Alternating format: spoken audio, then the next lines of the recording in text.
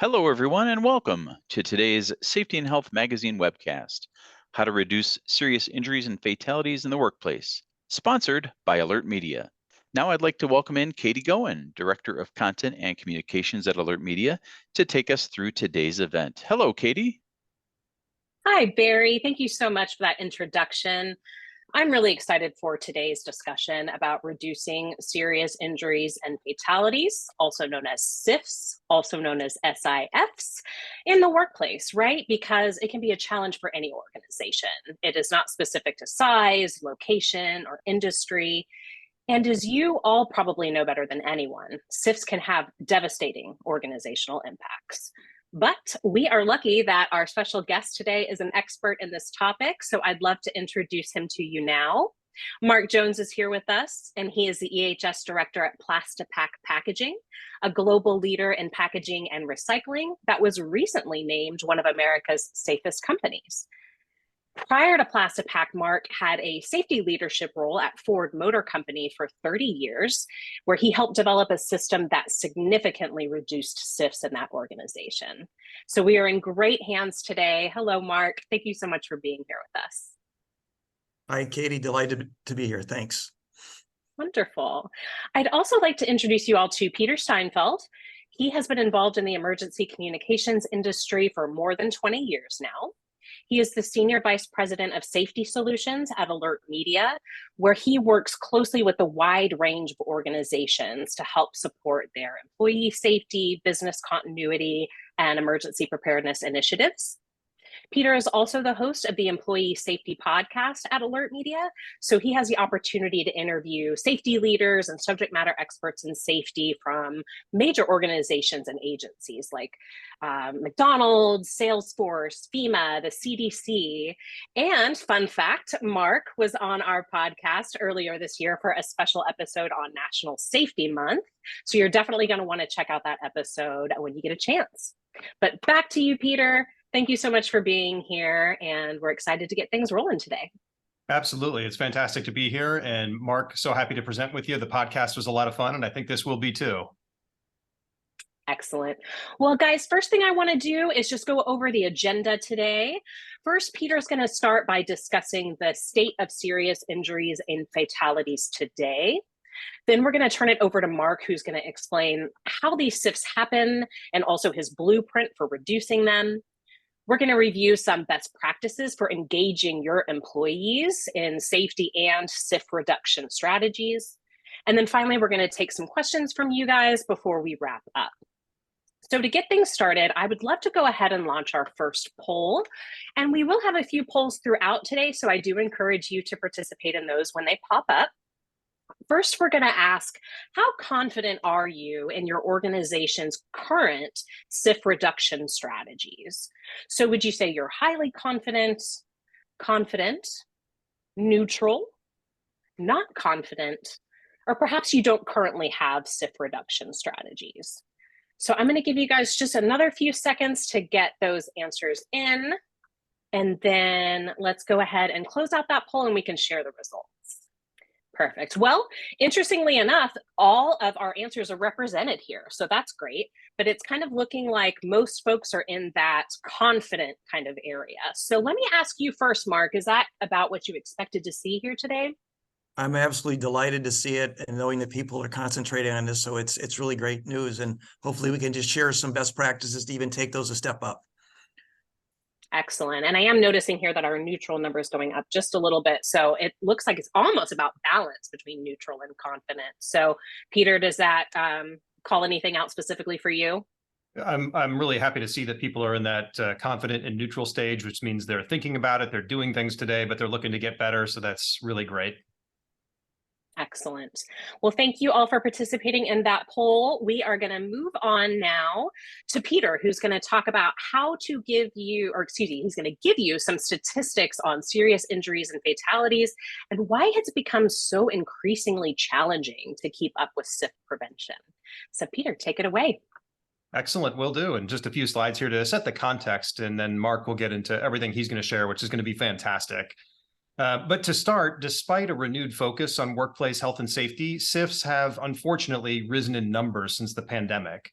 And while this trend might seem like a natural result of people just going back to work post-pandemic, return to work actually is just one of many reasons for the increase.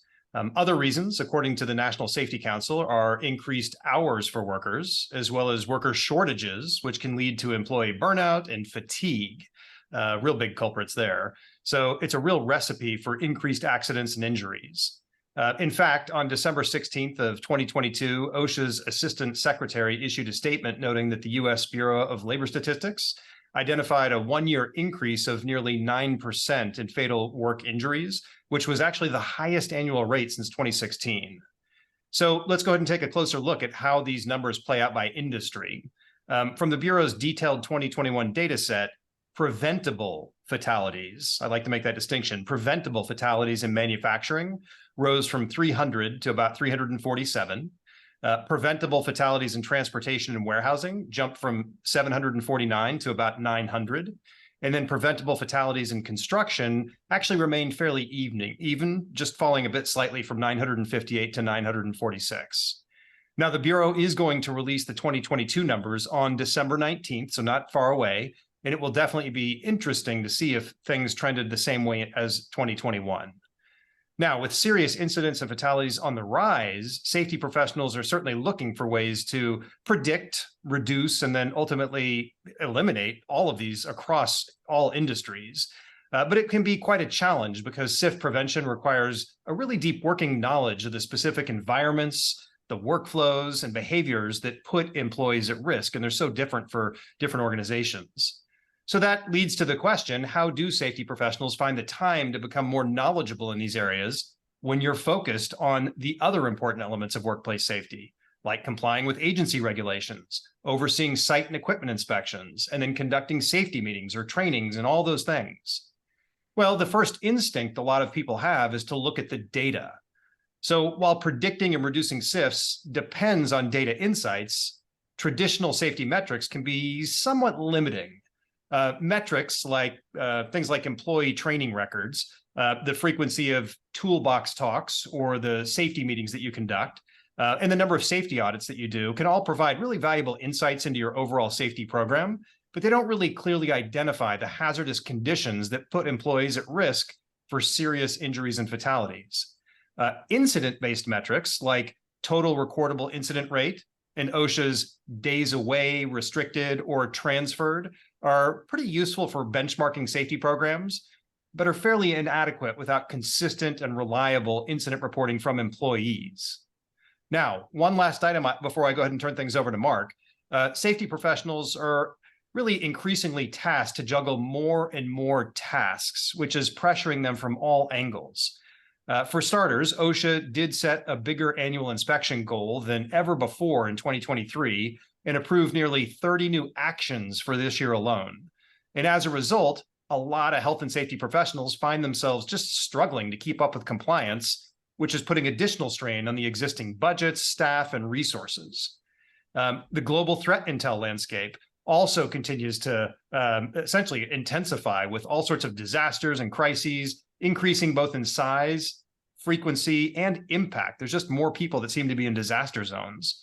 And that results in a stronger likelihood of concurrent emergencies or disasters. Used to be you dealt with one thing at a time. Now it's like you're dealing with 2 or 3 disasters all simultaneously. And then additionally, some organizations are experiencing labor or economic issues, rising costs due to inflation, and even layoffs, leaving safety teams sometimes very lean and understaffed. Plus, leadership often expects all the safety professionals out there to prove the return on investment for their safety initiatives. It's horrible that we have to do that, but we do in this industry.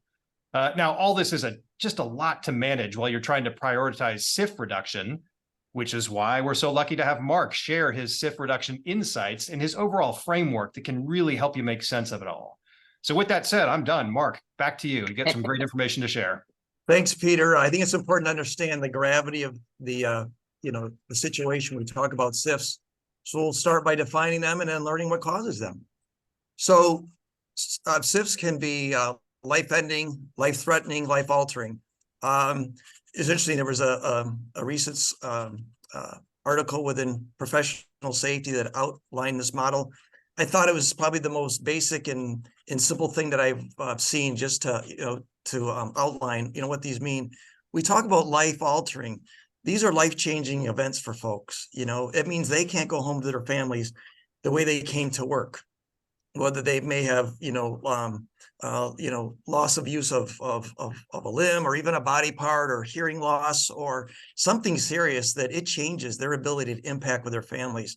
It's just unacceptable, and things that we as safety professionals need to take on as a challenge to really, really focus on. I will start by saying I think this is the most important slide of the entire presentation. So I would really ask you, when this is done, to go back and really take a look at this. So I really want to talk about what we call these SIF precursors. The short definition is these are the warning signs, right? These are those conditions, behaviors that, if left uncorrected, the attitudes that these could lead to a SIF. And I think we really need to do some soul searching as safety professionals to understand what these mean to us. In fact, we've done a few things with these in our organization, and I'll talk about a few of them. But we first of all got together with our EHS team, and we went through these and really tried to understand where we thought our vulnerabilities were with, as an organization. Then we took it a step further. We had a site leadership meeting just this week with all of our site steering teams, and took them through this as well, and have asked them to really do some soul searching, to understand. So there's a lot here. I just want to talk about maybe just a couple broad categories as how I think you can use this. I first of all want to say too, this came from Empirical, and Rod Courtney and his team. I thought it's the most comprehensive list I've seen. I really want to thank them for sharing it with us. So I think there's a couple things here. First of all, you see things about departure from routine, not familiar with task, meaning we're asking people to do something they may not be highly familiar with. They may not do it a lot. The second piece is maybe towards that bottom columns, the safety attitudes, production pressures, stop work execution, that people potentially have a perception that that safety takes the back seat to production. It can't be that way, right? Safety has to be a core value of an organization. Our COO defines it as a moral imperative, right? It's something we have to do. So again, a lot of these are just perceptions, but as we know, perceptions become realities to our workers. So again, I would ask you after this, go back and take a look through these and have some deep, rich dialogue, because I think there's a lot to be done, a lot to learn from these precursors. So this is probably one of my favorites, just a subject that I love to talk about. We call it the ultimate precursor, and that's that normalization of deviance. So here's a quote from a social science professor, as you can see it. But really what's happening is that there's this lower perception of risk or higher risk tolerance resulting from repeated exposures. And that happens because we're normally successful. So let me give you a couple examples. Let's say you're working on a roof, and the roof is, let's say, 20 feet in the air. So, you get there the first day, the leading edge says, I got to stay back 6 feet. So you stay back 6 feet. Over time, things are going well, and suddenly you need to get 5 feet from the edge of the roof. Well, then you get 5 feet from the edge of the roof. It's this tendency to drift because, again, your risk tolerance has changed. And the fact that you're normally successful and nothing happens, it becomes the new normal. So that's really what that chart shows within that spiral chart, is that there's this normal practice. We deviate. Why do we deviate? Because we're all creatures of efficiency. We all do it. It's natural. We find the best way to do things. And you know what the difference between an injury and a best practice is sometimes? It's outcome, right? But this natural drift can potentially lead to issues. The thing that I think is important to bring about with this slide is there's the tide of complacency, right? We do things for a while. It's natural to get complacent. Has anybody ever driven home from work? You don't remember that path home? That's that complacency taking over, right? What's the opposite of complacency? It's chronic unease, right? It's always realizing that risk of working on that roof, that 20-foot drop, it's always there, whether I'm 6 feet, 5 feet, and the closer I get, the more risk I put. Then I throw distractions. You line up that Swiss cheese model, as we've all learned as safety professionals. And lastly, you have an event. Lastly, just a personal story. Having several children that have gone through driver's ed, and I was the appointed one to teach them how to drive in a family. You think about that first day coming out of driver's ed, right? Their hands are at 10 and 2, the radio is turned off, the phone is down. What do you see 6 months later? Is it still like that? You really wish it would, but you get some drift. It's that normalization of deviation that begins to take over. Okay, so now let's talk about a blueprint for reducing SIFs within your organization that we've used within our organization as well. So there's 3 basic steps to this, right? It's, what are the work steps? What needs to get done? And again, this is the 101 version. We're going to go a bit deeper, but the basic price of admission is we need to understand those steps, the hazards, the controls, right? What we're going to do, and we'll go into further detail to really talk about these in more detail. I think this is really, really important. There's some work that's been done by Hollowell and others on this about this energy wheel. When you think of it, it's really energy. It's a form of energy that's leading to serious injuries and fatalities. It's whether it be a gravity issue, whether it be electrical, it's some form of energy that then releases that the person is exposed to. So it's really important that we understand both the source, where it's coming from, as well as the magnitude, and the workers understand that. Again, if there's nothing more that we do than helping people understand energy sources and that effect that they may have on them, this is golden. This is really where we have to go with our workers. In sticky, I just love the term stuff that could kill you. Every company, every organization has some potential energy sources, and that's where you start. It could be electrical related, right? It could be working at heights. It could be confined space. That's the starting price of admission of those sticky events or sticky programs where we really need to start.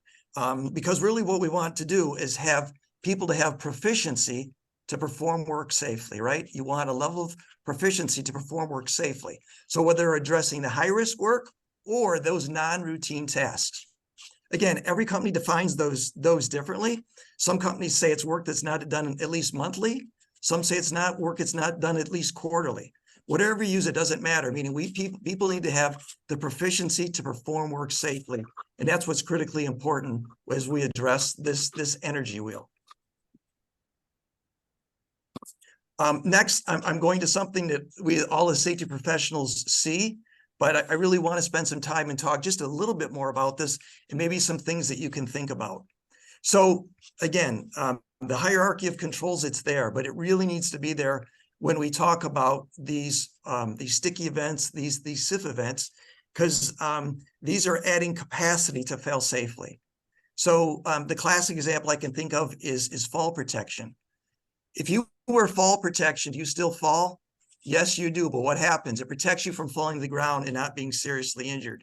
So we need to add capacity and really understanding what's the work that's being done and how we can add capacity and add layers of capacity. And I have an example that I'll talk to you about later that we were able to do that from my previous experience.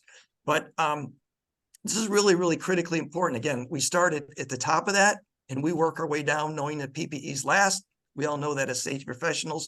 And lastly, the thing that I don't think we do and talk about enough is asking for help.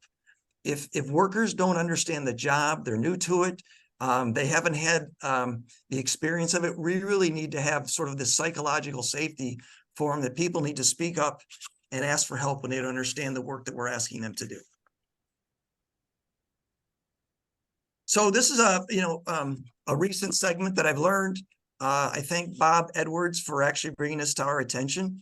And it's really making sure that this is sort of that last line of defense, is that before we start work, that we make sure that that person's ready to work, right? And there's a couple sides of this. First of all, you have the physical side of that. That's the stuff that we all get, right? The tools, the equipment, you got the right PPE, and then everybody knows their role, right? Who's going to do what? On the right side, you got the mental readiness, right? You have to have your head in the game, right? If you're feeling rushed, frustrated, fatigued, I was recently visiting a site and I watched some people getting into a task, and you could tell they were just frustrated. We went over and tapped them on the shoulder and said, hey, just take a break, step back, right? You need people to be calm, cool, collected. They need to have their head in the game before they start doing a task. And if they don't know what they're doing, ask for help, get a supervisor, get a knowledgeable person. The last thing here, a new concept I just absolutely love, move with your eyes first. Move with your eyes first. So the physical readiness, the mental readiness, right? That's sort of that planning phase. That's that preparation phase. As we get into more of the execution, the tactics, the first thing we should be doing is telling people, move with your eyes first. Again, would you cross the street without looking, right? You've made the plan, you've seen the stoplight, the sign says walk, you're going to look. You don't take that for granted. We should do the same thing, right? Move with your eyes first. Don't move with your hands and feet, right? Do that first before you start work. And I think having this type of blueprint and a start when ready attitude is critically important and can really help save people from being injured. And of course, I think we need to talk about stopping the job. Again, this becomes then the last line of defense. Again, who within your organization has stop work authority? I hope the answer is everyone, from the most seasoned employee to the newest person on the job. Again, the new person on the job is potentially seeing something through a set of lenses that other people don't see. We really want all that input. What are those conditions that would trigger starting the job? What's an example there is that, let's say that you started an excavation job and it happened to rain as you started the excavation job, or you're doing outdoor work and you're suddenly in 30-mile-an-hour winds. That's absolutely a big change than where you started. You need to regroup on that. And secondly, unexpected outcomes. You're doing something and what you're expecting to happen doesn't seem right. Again, let's say you're operating a crane. You press the up button, you press the down button, the crane doesn't move. Should you continue to press and mash? You got to step back, right? When you're dealing with a crane, you're dealing with a lot of stored energy. You're dealing with really massive weights. You're dealing with gravity. If something's not working with that crane, we need to step back and understand why it's not working. So stop the job is something that should be celebrated. I know there's companies that track that. They actually monitor this. Everybody should have the authority to do it. And again, the last thing I say is don't be afraid about talking about this within your organizations. Stopping the job doesn't mean I stop and go take a coffee break and come back in 30 minutes. It means I'm pulling back, I'm taking a pause, I'm reassessing, reapproaching, and then starting the job. And I really just want to close this section with a quote and really a new definition of safety. Is that safety is really not the absence of accidents, because there's a luck factor there, right? Safety is having the capability to fail safely. I mentioned the fall protection example, but I really want to talk to one in a bit more detail that I think really imparts sort of collecting all that together. So when I worked at Ford, we obviously assembled motor vehicles. And within the assembly operations, we use a lot of fasteners. We're attaching parts to that vehicle, and we're using a lot of high torque hand tools. You could say, okay, you're using a hand tool, you shouldn't be wearing gloves. I'm telling you, fasteners have greases, they have oils, they have splinters in them. People want to wear gloves. And unfortunately, we were seeing traumatic amputations of people's fingers. We're seeing several a year. Absolutely unacceptable, and we needed a means to do it. So we started with a hierarchy of controls. So what do we do? We went to the tool manufacturers. We engaged them. We tried to get to the torque and torque limits. We went a step further then, and we made sure all those tools were covered. The shafts were covered and everything that was there. So that again, we're limiting the exposure that somebody could have to potentially come in contact with those tools. But occasionally we're still seeing some near misses and a couple serious injuries. And somebody had this clever idea. I would have bet my paycheck it couldn't happen. And a guy came to me, he was working for me, and he said, Mark, what do you think about a tearaway glove? And I said, a tearaway glove? I think you're nuts, right? He says, no, a glove that if everything else failed, and if that glove were to grab one's finger, it would tear away. I said, you think it can happen? He said, can I work on it? I said, go work on it. I am pleased to tell you they have developed tearaway gloves.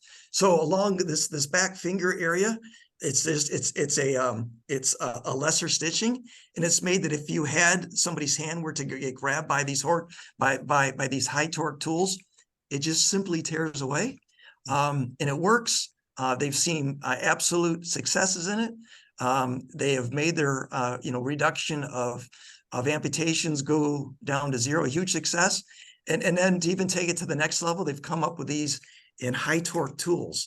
So that's really taking it to the next level. So Katie, I think you have another poll for the audience now, correct? I do. Thank you. And that was an incredible story. Thank you for sharing that. I do want to quickly just launch another poll just to check in, see how everybody's feeling. So this question is, which SIF reduction strategy that Mark just talked about do you feel the most prepared to implement at your organization? Is it maybe identifying hazards and energy sources, some of the sticky stuff that Mark was talking about? Maybe it's identifying the controls, or maybe just starting the job or stopping the job. So just let us know which one you're most prepared to implement right now. I'm going to give that another couple seconds, and then we can go ahead and share those results, please. Okay, so identifying hazards and energy sources, some of that sticky stuff, that's by far our attendees' biggest concern today. Mark, any thoughts there?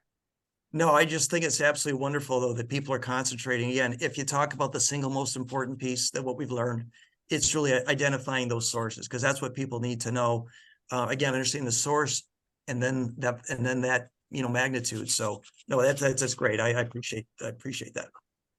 Peter, anything to add to that? I would just say that, it'd be nice if more people could say, I feel incredibly confident that people in our organization can stop the job. And I see how that is really difficult, because nobody wants to. I don't want to be that guy or that lady that stopped the production for the day. That's a tough one. So I'm not surprised to see those numbers there, but something we should all think about how we can work on and improve. Absolutely. Well, thank you guys. Now I'm going to go ahead and move on to our best practices. We're just going to talk about how to engage employees in SIF reduction with both insights from Mark and Peter. Things like safety meetings, reporting, communication, really, really important elements. So Mark, I'm going to first turn it back over to you. Okay, thanks, Katie. I mean, the key word you said there is engagement. And there's a number of ways we're going to talk about doing that, but it's that really critical nature of that communication and having everybody involved in the process. So based upon how complex the job is, and we're going to talk more about it, if nothing more, there needs to be this huddle, right? Think about a football play, right? The quarterback calls a huddle. What's it take? 30 seconds, 35 seconds between plays, right? It's quick. It's just getting everybody together, sort of knowing what's getting done by who and how it was getting done. That's the absolute price of admission. You need to have a huddle before starting any high-risk work. But the second piece is there's a time that a huddle is not enough. Again, there's no one size fits all to specifically define that. But again, if you're into really high-risk work, if you have a lot of vendors and contractors working together, if there's super high energy sources, maybe there's multiple cranes, lifting sources, complex rigging, major projects. At that point, it goes beyond just the discussion. At that point, you then need to document the job. Going back to that earlier slide that we talked about, what's the job steps? What's the hazards? What's the controls? And review that with everybody so everybody's confident to know what's going to get done, by who and how it's going to get done. But most importantly, what are those controls that are in place to safeguard all of the employees? So this is something that I recently learned, and I just love this slide, so I'm just going to talk a bit about it. So I recently saw this quote, and it's fixed in my brain. It says, talk to the warriors. The conversation is different. What do we mean by the warriors? The warriors, we mean the people who are out on the job sites doing the job, the people that know the jobs better than anybody. It's not us safety professionals. It's not the supervisors, the people that do the work every day. And as I mentioned, they do the work, they know the work, they're creatures of efficiency. They're going to find ways to do that job even better and more efficient. So what things can we ask them? This 4D model The sources there I would offer you, to look it up is, what are we asking people to do that just doesn't make sense? They'll say, why do you guys do it this way? They potentially have a better way to do it. Let's learn from that, right? Let's learn that things more safe, more efficient, whatever comes out of that. What do we ask people to do that's difficult? I find this is very prevalent around preventive maintenance tasks. Have we made lubrication points accessible, right? Or do we make them in these hard to reach areas but I have to climb a ladder to access things? I was recently at a site as most recent as 2 weeks ago, and they said we have to climb on top of this piece of equipment once a week to change this filter. Why'd we do it that way? Well, I don't know. Now we're going to spend $10,000 to put it on the floor because we want to put people at risk of going up there, right? Things like that. What have we done to make things difficult? What about making things different, right? Here, again, one of my pet peeves, one of my Marxism quotes, equipment reliability impacts fate. Let me say that again. Equipment reliability impacts fate. If we have equipment that's not running well, it's tempting people to do something that's unsafe. We're frustrating people. These are off-standard conditions, right? If that equipment is frequently jamming up, I'm going to go in there. I may not lock out. Again, I'm tempted. You could say they should lock out. I get it, right? We're tempted because people get frustrated because equipment isn't running correctly. Again, I've unfortunately investigated dozens, if not 100 different amputations within my career. I will say in the high 90s% relates to equipment reliability. Something we really, really need to focus on. You want to know where your problems are in a plant? Go look at the equipment that's not running well. I bet you have high turnover on those sites, on that equipment. If you have high quality, people don't want to work on those, right? People get frustrated. And lastly, what's dangerous? That fourth D. Again, I guarantee you go talk to any maintenance person, even production operators, there's something that they're asked to do that they're happy when it's over, right? Man, I really don't like doing this particular maintenance task. I have this unease when doing it. We need to go ask those questions, because if that's making those workers uneasy because they're worried about it dangerous, that is golden data for us as safety professionals to know what are the right things that we need to go address to impact worker safety. So I'm switching gears here a bit, but I think this is really critically important to talk about near-miss reporting. I've investigated a lot of SIF events in my career, and it's rare. It is rare that it is a lightning strike. What I mean by that is really rare that that's the first time that ever happened. If I seen it, I could probably count on one hand. Most notably, it's probably happened somewhere else as we got into the investigation, but whether it wasn't properly reported, whether it was reported not acted upon, whatever that is, somebody didn't feel comfortable to report it. We really, really need people to report near misses, right? Again, there's simple, forms you can fill out. OSHA has a great, near miss reporting template. If you ask me what are sort of the three components that I think is in a great near miss, what's wrong, right? We want to know what's wrong. That's the price of admission. Secondly is how do you fix it? And if the worker fixes it themselves, wonderful. And if you want to go to the next level, for those that want to be the summa cum laudes, how do we prevent it? So very simple example, I find an oil leak, I'm able to fix it, and here's how I'm able to prevent it. Again, really, really simple, but again, is getting these are golden. These are really, really what we need from our organization to be effective. Again, one more quote. I'm a rule of threes, 3 words. Predictable is preventable. Predictable is preventable. Predictable is preventable. If we know what's going on and people are telling us about it, that's what we need to know so we can go prevent it from happening and causing an SIF event. So something I really like to talk about is a culture of, reporting, why this is so important. I work for a company that has an incredible near-miss reporting system. How do we do that? Is that there's no punishment. There is no retaliation. We want people to do it. We encourage it. We expect it, and we celebrate it. We applaud people for standing up and saying that we have issues. Within our company globally, we had 42,000, and we're going to exceed that number this year, of worker engagements talking about safety. Part of those are near misses, about half of those. The other part are just safety engagements, proactively talking about safety. And then when people do have near misses, it's important we have credibility. Because again, if people report a near miss and we don't follow up, there's no credibility. There's like, is leadership really serious? For us, we have a bogey of 90% closed out within 30 days.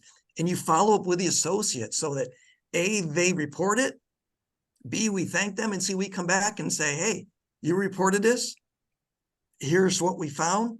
And guess what? Even if you can't fix it, if you get back to people and tell them, that continues to build credibility with your safety program. It's critically important. So with that, I have one last slide and I'll turn it back over to Peter. And I really want to talk about HOP and how HOP really impacts SIFs. For those of you who don't know what HOP is, I can't teach you today, but go look it up. It's something you as a safety professional critically need to know about. And it's really the future of success within the safety community. So again, how are HOP affecting SIFs? First of all, people make mistakes. The more complexity, the more variability we add to our processes, right? When you see a 7-page job instruction sheet, are people going to remember all those? People will make errors, right? And we need to be thinking through, how do we make those things even more simple and design those errors out, right? Error-proofing those processes. Blame fixes nothing, right? In fact, it's quite the opposite. And I will tell you that the organizations I've seen that put blame on workers, it discourages reporting and it puts reporting underground. It drives it underground. If somebody knows that if they get injured and we're going to initially go to the D word, that's discipline, versus trying to learn and understand, right? It's going to drive reporting underground and we'll learn nothing. Again, if I take a worker out of it and put the next worker in, the same thing happens, it's a process problem. It's not a worker problem, and we need to address it. You know, context drives behavior. Maybe a better word for context becomes the word circumstance. What is the person seeing, right? Are they fatigued, right? Are there production demands? Is it broken equipment? Is it reliable equipment? Are these cramped quarters? Is it a hot day? Is it a cold day? As I say, a quarterback doesn't mean to throw an interception. They make the best decision based upon the information they have. Our workers do the same thing every day. And guess what? They're normally successful. They're really successful over 99% of the time. So we need to learn that the context of what they're facing is driving those behaviors. Again, learning becomes vital. If we want to learn and improve and prevent fatalities, we need to make sure it's clear to people. We really want them to bring those forward. We want them to talk to us, right? And lastly, how leaders respond to failure matters. If a leader goes up to a breakdown situation and says, how long before you get the line back up and running? Or do they say, have you locked out the equipment to make sure it's safe and in a zero energy state before you start work? That sets an entirely different mindset to those workers as to what management prioritizes from a safety. The other thing that's clearly is that people don't care how much you know until they know how much you care. Meaning that, is that a heartfelt concern, or is it safety off the lips or safety in the hearts, right? So we need leadership to be heartfelt in their approach and that really caring for others mindset when they come up to a job and talk to workers to respond when there's been a failure in the organization, that somebody's potentially gotten injured or there's been a near miss.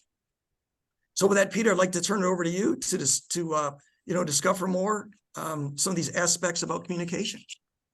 Absolutely. Thank you. So many great tidbits of information you gave there. Fantastic tips. I hope people's wrists hurt from writing all those notes about what you were saying.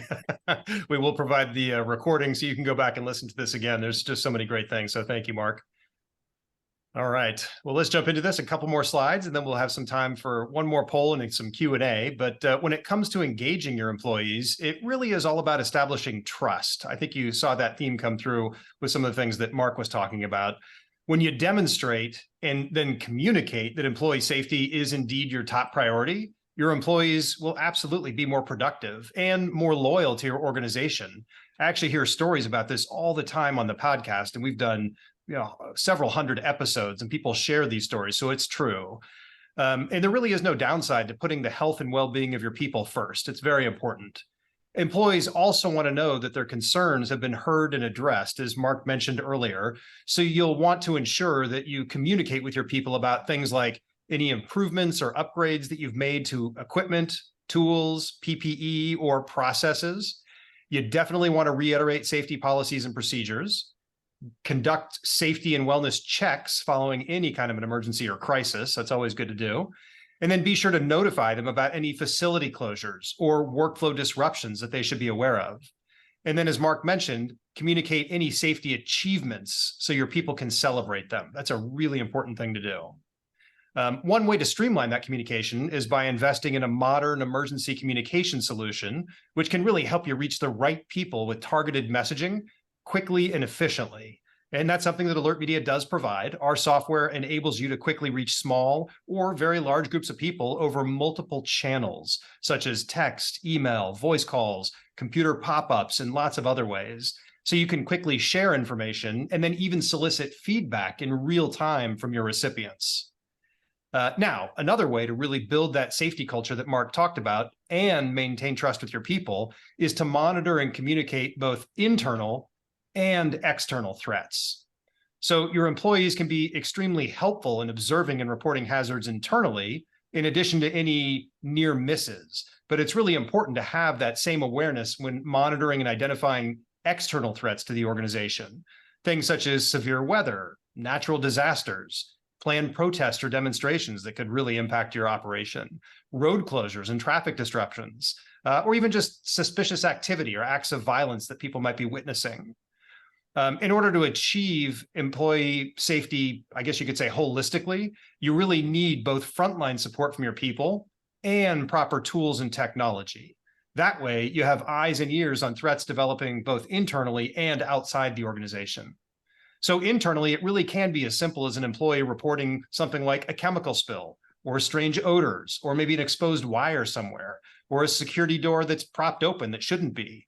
Or overhearing shouting or raised voices. There's just so many things. You want to encourage people to report that kind of stuff. And then outside the organization, externally, there are global threat intelligence solutions that can help you identify all sorts of emerging threats and help you understand the people and assets or locations that these threats could potentially impact. And AlertMedia does offer such a solution there. In case you're curious and looking into that space, generally speaking, there are two types of threat intel systems for locating external threats. One really brings the fire hose approach, where you receive hundreds or thousands of alerts, and then you or your team have to sift through everything yourself, really to find what's relevant to you and your organization. And this type of system is good if you have the time or people to handle the work. And then on the opposite end of the spectrum, there's the more curated approach, where you've got technology, but then humans with it that vet the intel and then only pass through what's been confirmed into the technology that you can then consume. That team does the work for you. And AlertMedia does fall into that camp. Something else we do is provide the ability to chat with our analysts in real time. So that team that's highly trained around the clock is available to you. So you can ask them additional information about any kind of situation that might be going on. One last thing I'll recommend is that investing in a modern emergency communication tool that combines threat intelligence capabilities into it really allows you to monitor and then communicate all the threats that you're seeing from one single interface, saving you a tremendous amount of time. And in an emergency, time is of the essence. Generally speaking, the faster you can learn about something, the quicker you can react, and therefore the better outcome you'll experience. So hopefully everything we've shared today really sparks some new ideas. That's really the goal here for how to engage your employees around safety and security in general, in addition to gaining their buy-in on SIF reduction. That's so important. And that's all I have. So Katie, back to you. Yeah, thanks, Peter. And I'm glad you mentioned, some of those capabilities of AlertMedia, because guys, you've heard from Peter, our communication expert. And as I launch this next poll right now, we're actually asking you guys if you want to even learn more about that. So we have a full team of experienced experts in environmental health and safety, security, business continuity, crisis management. So we're ready to help, but we would like for you to let us know. Would you like to hear more about how we can help? You can say yes, and we would gladly send you more information. You can also say no, not at this time, and no hard feelings. We'll always be here if you would like to reach us at a later time. So I'm going to give that just a couple more seconds and we can go ahead and close that out now, because I really, really want to get to some questions now, right? And so we have a few of them coming in already, but just a reminder, you can use the Q&A box if you'd like to do that. So Mark, I'm going to start with you. We have a question here wondering if you can share an example of how leaders responding positively to failures has improved safety in the workplace. You kind of got into that a little bit in one of your slides. Yeah, I mean, it's clearly about the approach somebody takes. If it's sort of that I care attitude, right? Again, people don't care how much you know until they know how much you care. If you're coming at it to, from a safety mindset, again, back to that example, when a line is down, it's understanding to make sure everybody's working safely, putting the safety of the workers and then, production second. Again, we all understand you got to make widgets to make profit. We get there clearly, right? But we have to do that work safely. And there's no product or service that any company provides that is worth putting somebody at risk for, right? So it's showing that passion that the leaders need to demonstrate that how they approach that particular issue when there's a problem within the organization, or even during investigations. If it's a thought that we're trying to find who screwed up so we can punish them, the reason you do incident investigations is to prevent a recurrence. That's the reason for it. It's not just the root cause. You want to prevent recurrence. That's the goal of any incident investigation. That's great. Thank you so much, Mark. And I actually have a question here for Peter. Peter, with so many ways to communicate with employees, text messages, emails, internal newsletters, things like that, what can we do what can we focus on to get in front of the most people, or does that vary? Wow, I guess it really varies. We could spend the next 20 minutes talking about that. I think it really depends upon what you're trying to communicate and how broad that audience is. There's different levels of information, different severities behind it. So I think the best thing to do is really to think about, what do I need to communicate, and try to be very succinct. Then what's the proper channel to communicate that over? Sometimes it could be a single channel. I'm just going to post it to this internal website. People know to go there for general informational things. Or it's super critical. Let's get that out to as many channels as possible. And maybe we'll send a long email explaining everything, because email is appropriate for lots of information, but we'll accompany that with a text message. It's pretty short, but says, hey, this incident just came up, or we want you to be aware of this. Go to the email or the corporate website to learn more. And then the last thing I always recommend is just targeting your audience as precisely as possible, because if you just start sharing everything with everybody, guess what? Boy who cried wolf. Nobody pays attention. They get notification fatigue. So always be thinking, who needs to get this message, and try to keep it just to those people. Because if you start over communicating to other folks, or under communicating, either way, it's not good. Yeah. And I remember one thing that a podcast guest said also, Peter, which is, as you're thinking about that target audience, if you're trying to reach people working a line or in a distribution center, like they're not in front of a computer with an email address, right? They probably maybe can't even hear announcements overhead if they have ear protection. So, cell phone in the pocket might be the best way to go. Would you agree with that approach? Yeah, you have to think about the person and what channel is available to them. And that's why multi-channel is so important, because you could have someone who literally is working on a factory floor doing something, and they're not even allowed to have their cell phone. So there's things you have to have, like, audible alarms, and then visual lights going off. Or you got a lot of people sitting in front of computers near their workstation. It could be on a manufacturing floor or in an office, and they're paying attention to nothing else. Have the message pop up on the screen. Don't just rely on a single channel, because it's not going to catch everybody. And there may be a bunch of people that 9 times out of 10, you can reach them on that one channel, but the one time you need to get them, they're not paying attention, and another one would be better. So multi-channel, multi-channel, multi-channel all day. Got it. Thank you so much. Another one for you, Mark. How to impact senior management on the importance of monitoring and reducing staff turnover to reduce the probability of an incident occurring? That's a tough one. I think every company that I know of has a help wanted sign out, right? And that impact on company culture, what we affectionately call that, dilution factor, right? And potentially have a new person training the new person, right? So It's really the focus on having really good mentoring programs up front, and really encouraging that employees should never do more than they're asked to do. I know it's easy to say, right? And you hire good people who want to do even more, but it's really saying that, hey, if I'm job shadowing somebody, when I take a break, they take a break, right? We take that break together. And lastly, I would just say safety has to be a core value, within an organization, right? It's that moral imperative that it just really has to stand out above all. But the last thing I want to say about new employees, again, just some best practices that we've learned talking to other companies, because we're all in the same boat of, the high employee turnover. Remember how I mentioned sort of that new student driver and, what goes on after 6 months? We've seen the same thing within our organization as well, whether it be new lift truck drivers or just new people. Again, after several months on a job, there's some bad habits that result. We're actually going back and circling back to them, right? Whether it be one of the safety committee members or EHS or even the supervisor saying, hey, look, our data tells us that you're in this group of employees that typically have incidents. Let's sit down and talk about it, whether we need to reaffirm some of the safe work practices or what issues they're seeing or what issues maybe the normalization of deviation are going on. But circling back, and I think talking to new employees, it becomes really, really important in addition to that mentoring program. Excellent. Yeah, that's good advice. I'm going to stick with you here, Mark, for just a second. Someone would like to know, how do you recommend implementing these types of tools and processes for a small business with limited resources? Yeah, Any thoughts? Yep. I think the basic elements of this are really fairly simple. And again, I'm not trying to belittle anything I said, right? The price of admission is right. The steps, the hazards, controls, right? And then what do we add to that? On the front side, how do we safely start the job? What are the elements in place? And what do we have on the back and relative to stop the job, the stopgap?